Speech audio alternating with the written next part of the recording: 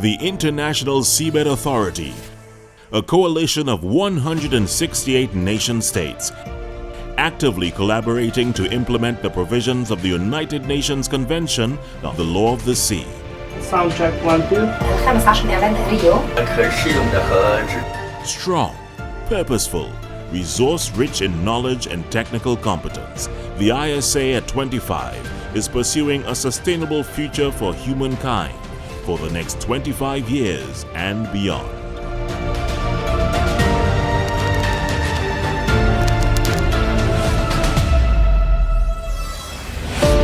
Under the United Nations Convention on the Law of the Sea, the mineral resources of the deep seabed are designated as the common heritage of all mankind.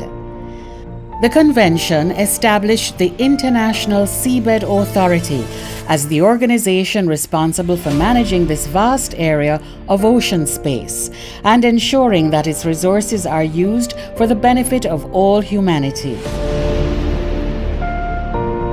This year, the authority celebrates its 25th anniversary.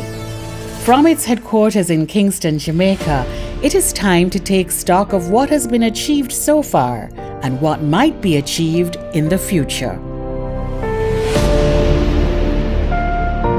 So the convention entered into force in 1994, having been adopted in 1982. And that was really a remarkable diplomatic achievement to bring the convention into force in a way that satisfied all the major interests, developed and developing countries. The international influence and the popularity of RSA increased significantly, and the principle of the common heritage of mankind has been recognized, respected, and abided by widely. I think the full set of the structure, management, operation mechanism has been established by generations of qualified professional team. When I arrived the first time, there was not that big an interest in the activities of the authority. We were perhaps 60 member states represented in the assembly. There were no side events, nothing happening during lunch hour or in the evenings. And it's been a fantastic journey to be part of the development of the authority over the past 20 years or so, because now the attention is great. You have fully packed agendas, you have huge interest globally.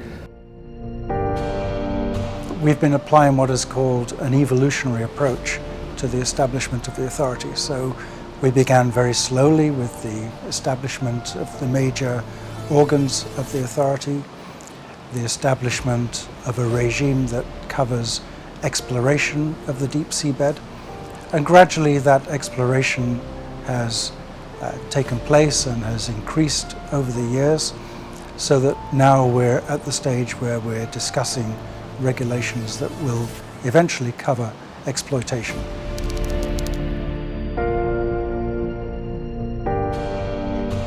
The 2030 Agenda for Sustainable Development recognizes that the implementation of international law, as reflected in the Convention, is one of the means for enhancing the conservation and sustainable use of the ocean and its resources. The ISA has contributed significantly over the past 25 years to the development and implementation of the international law of the sea. One of its critical achievements is the adoption of regulations governing prospecting and exploration for marine minerals. Currently, members of the ISA are considering mining regulations that would allow commercial-scale recovery of the seabed minerals. This mining code is being developed through a transparent process involving several rounds of consultations with member states, the scientific community, academia, the private sector, and civil society. Once adopted, this would be the first time in history that global rules, based on the highest level of prudence and precaution, are approved before an industry starts. When you consider geology, you have Stone Age with starting exploitation of flint, then iron, yeah, and then hard coal, then distillation of oil and exploitation of oil, shale gas, and now we have deep sea mining. For sure, it will be a big revolution, and this is most important for countries which are poor at this moment. I think it has been crafted in such a way that the history should not repeat itself. All nationalities, nations will be equal before the law and will share those products. We need metals. These metals, critical metals. Critical means you will not develop these technologies without these metals. They are in huge amount in the deep ocean. If you want to protect an environment on the continent, you have to take some of these metals from the sea bottom and produce all important things which really make the revolution, including protection. ISA is 25 years. We have just celebrated 25 years of freedom in South Africa.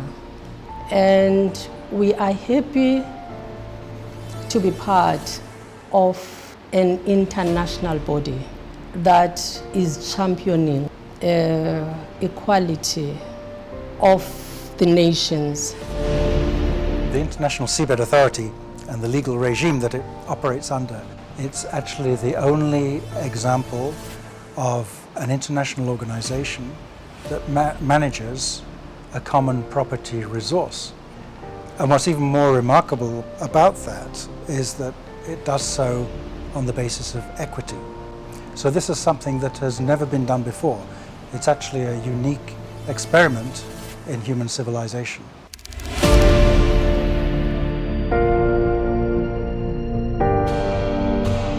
We have to minimize as much as possible the environmental disturbance. An important part of the ISA's responsibilities is to promote and encourage marine scientific research and make sure that the results are available to everyone. To date, ISA has approved 29 contracts for exploration of the deep seabed. These projects involve 22 different countries, but cover less than 1% of the total seabed. По моему мнению, главное достижение органа – это возвращение темы изучения полезных ископаемых на больших глубинах Мирового океана и вовлечение их в практическую плоскость. Мы знаем, что этот процесс начался в 70-х годах и был очень активен, но затем в течение 20 лет была пауза, и только в середине 90-х годов, в значительной степени благодаря Международному органу по морскому дну, эта тема снова началась и получила практическое воплощение. The application of science and the results of these research projects by the ISA was a major reason for the funding of a lot of these very large and very expensive operations offshore. In the next 25 years, I see that the ISA can play a significant role in fostering the development of our societies, which are more and more dependent on the availability of metals. Environmental protection is at the forefront of the ISA's responsibilities. The ISA decides how and where deep seabed mining will take place, under what conditions, how environmental impacts will be minimized, and which areas will be protected. Since 2012, the ISA has established 9 marine protected areas on the seabed of the Pacific Ocean. One can see ISA bubbling with a lot of activities with the contractors. And if you see the contract areas, it's close to about 2 million square kilometer, which is quite substantial and which is going to increase as the time passes. If you see the data which has been collected out of these contracts, it is phenomenal. And there will be a lot of considerations over the environmental studies, because there should not be the case in which we don't disregard the environmental issues. So what has the ISA achieved? It brought together people, it made them interact and helped developing knowledge, so it broadened the knowledge base and also actually the very fact that we still don't know very much about the deep sea. But on the other hand, without the ISA, we would know much less today. I wish the ISA good luck for the next 25 years, and I hope we will be able quite soon to reconcile the interests between the marine environment and the mineral resources. I'm quite optimistic that we can achieve that balance, so I'm looking forward to being a part of that. Another critical responsibility of the ISA is to ensure fair and equitable sharing of the benefits from deep-sea mining. This includes monetary and non-monetary benefits, such as capacity building and access to scientific knowledge. UNCLOS, as we call the Convention on the Law of the Sea, is absolutely important for Brazil. Brazil has been a negotiator from the very beginning till the very end. When we talk about the area by the seabed, we are talking about the common heritage of mankind. So, and there's provisions there to share the benefits with everybody. We still have a long way to decide how we're going to do that, how will be the models, but that's the idea. So it's not in the benefits of one company or one country, and that's how we see that, what we do here in the authority. Well, marine scientific research is one of the most important aspects of the work of the authority. We have a mandate to promote and encourage marine scientific research in the deep seabed, and importantly to ensure that the scientific knowledge that is gained from that is shared with developing countries that really lack the capacity and the technological capacity to engage in that sort of research for themselves. In accomplishing our respective mandates, the International Seabed Authority and the IOC of UNESCO share the same recognition that science is at the core of the value chain, from data to observations, leading to knowledge products, further leading to informed policies, and therefore providing the basis for informing the conduct of all activities in the ocean. This is also why IOC and ISA are both recognized by United Nations Convention on the Law of the Sea as competent bodies for marine scientific research. Capacity building and technology transfer are of critical importance to ensure that all member states can implement effectively the international rules in the Convention. In recent years, the capacity building initiatives put in place by the ISA have benefited as many as 259 individuals, including 107 women. I came here in time for the July session in 2014. At the time, I had just recently come out of university and I was building my experience in law of the sea. So to be able to come to the ISA and immerse myself in that environment, that was my first sort of international, intergovernmental organization that I ever got to see the inner workings of. That was a really interesting experience for me. We've seen greater engagement and participation of small island developing states members, like my own, like Tonga, as sponsoring states, greater engagement as members of the council, in the assembly as well. Ongoing successful operationalization of fair and equitable benefit sharing mechanism of the proceeds of deep seabed mining in accordance with the principle of common heritage of mankind. Dans 25 ans, le premier défi, c'est qu'elle puisse encore exister et qu'elle réponde à tous les défis qui sont attendus d'elle et que ceux qui composent l'autorité n'aient pas baissé les bras. Donc je pense qu'effectivement, ça ne sera pas la même autorité du point de vue de son activité, mais il faut espérer qu'elle sera toujours là comme effectivement la preuve, c'est vraiment la preuve que ceux qui ont fait la convention ont eu raison de créer l'autorité. Donc proactive, innovante, efficace, ça me semble être les marques qui doivent être celles de l'autorité. Distinguished delegates, the confidence entrusted in my presidency of this 25th session of the Assembly of the International Seabed Authority is truly appreciated. Please allow me to extend, on behalf of the government and people of Jamaica, our warmest welcome to our shores. Congratulations to ISA on achieving the milestone of 25 years. In the next 25 years, I believe that ISA will continue to grow as an organization and will achieve the objectives that are set out for it in the convention, and will make a major contribution to the achievement of the 2030 Agenda for Sustainable Development.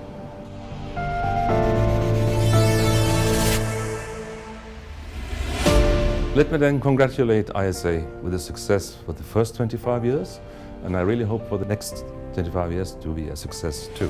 Feliz cumpleaños, feliz 25º aniversario y que vengan muchos años de éxitos como hasta ahora los hemos visto. Mucha suerte. Felicito a la autoridad por estos 25 años exitosos y espero que en el futuro sea más fecunda la labor que ha realizado en estos años. So congratulations International Seabed Authority for the last 25 years, and we are looking forward for the next 25, which will be eventually even better. 非常に私自身25年間のこういう海洋資源に関する、経験をですね、この ISA の活動に生かせるんじゃないかというふうに思ってます。25周年おめでとうございます。نهنئكم بمرور 25 عاما منذ إنشائكم، وأن نؤكد على أن دوركم في المستقبل سيكون أهم، والمجتمع الدولي ينتظر منكم المزيد، والميراث والتراث الإنساني للبشرية ينتظر أيضا منكم المزيد من العمل والجدية واستكشاف الثروات في قاع المحيطات. شكرا وتمنياتي بكل التوفيق. The Deep Ocean Stewardship Initiative would like to extend the warmest congratulations to the International Seabed Authority on their 25th anniversary. DOSI are very pleased to have been official observers at the ISA, bringing this impartial scientific voice during the annual sessions since 2016. The ISA has enabled participation of deep sea scientists from developing nations to engage in global scientific meetings and workshops through both the ISA Endowment Fund and the Secretary General's Award. We look forward to seeing how these capacity development initiatives grow in the future. The ISA has a pioneering role in the coming 25 years to enable effective management of the deep sea, both for the communities who live there and for all of humankind. In our connected world, we're glad to see that the ISA is seeking cohesion with the other international processes currently being negotiated in order to manage our deep marine realm and ensure provision for the common heritage of humankind. DOSI again congratulates the ISA on their 25th anniversary. I congratulate you on this occasion and wish you a very successful work for the Assembly. Thank you very much. As host country, Jamaica is honored really to facilitate the ISA's work in ensuring the sustainable development of our resources and the management of the deep seabed. As member states, we highly appreciate the ISA's work on contributions towards the attaining of these SDGs, which speak really to life below water, particularly SDG number 14. We want to express our warmest congratulations to ISA on this 25th anniversary, and we wish ISA all the very best for the next 25 years as we work together towards the sustainable development goals. Happy anniversary, Seabed Authority.